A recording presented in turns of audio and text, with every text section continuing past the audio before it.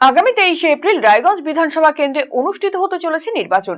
এই নির্বাচনে 1 ইঞ্চিও জমি ছাড়তে নারাজ রায়গঞ্জের তৃণমূল কংগ্রেস প্রার্থী কৃষ্ণ কল্যাণী। সাধারণ মানুষের সাথে প্রতিনিয়ত জনসংযোগ সারছেন তিনি। সেই ধারাবাহিকতায় রবিবার কপালী ও বৈশ্য কপালী সম্প্রদায়ভুক্তদের সংগঠনের সঙ্গে বৈঠক করেন তিনি। বিধানমঞ্চে এই বৈঠক অনুষ্ঠিত হয়।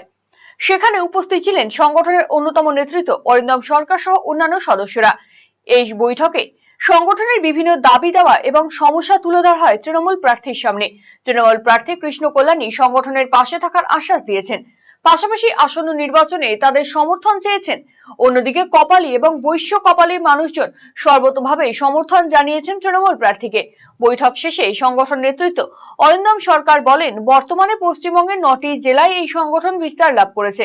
আগামীতে গোটা রাজ্যে সংগঠনের বিস্তৃতি ছড়িয়ে দেওয়ার প্রচেষ্টা চলছে। কপালী এবং বৈশ্য কপালী সম্প্রদায়ের প্রচুর মানুষ এই রাজ্যে বসবাস করেন। রায়গঞ্জ বিধানসভা কেন্দ্রেও সংখ্যাটা নেহাতি কম নয়।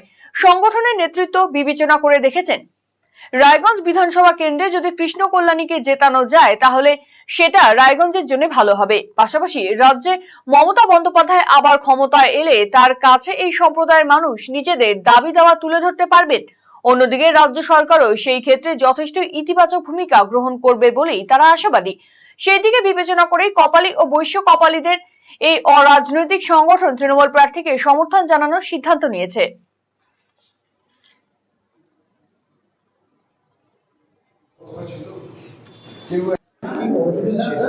আজকে আমরা কপালী এবং বৈশ্য কপালী সম্প্রদায়ের ভুক্ত যারা মানুষরা আছি এবং আমাদের একটি সংগঠনও আছে, যেই সংগঠন 9টি জেলা জুড়ে আমরা আপাতত করতে পেরেছি।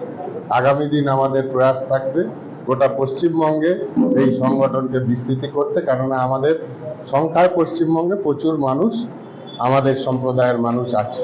তাদেরকে এগিয়ে নিয়ে যাওয়ার স্বার্থেও আগামী সরকারের আমরা সাহায্য সহযোগিতা চাইব এবং সেই জন্যই আজকে আমরা যারা রায়গঞ্জ বিধানসভার অন্তর্গত আমাদের কপালী এবং বৈশ্য কপালী সম্প্রদায়ের মানুষগণ আছেন তারা একত্রিত হয়েছি।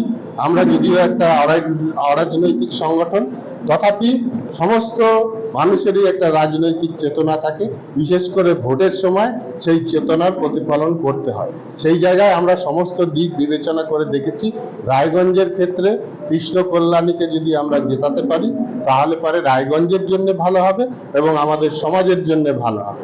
সেই রকমই পশ্চিমবঙ্গে মাননীয় মুখ্যমন্ত্রী পুনরায় ফিরে যদি আসেন সরকারে, আমরা বিশ্বাস রাখছি যে উনি আসবেন, তাহলেও আমাদের যে দাবি দেওয়া আছে সেই দাবি দেওয়ার যথার্থভাবে তুলে ধরা সম্ভব হবে এবং তার প্রতি সহানুভূতিশীল নিশ্চয়ইভাবে আমাদের মুখ্যমন্ত্রী হবে।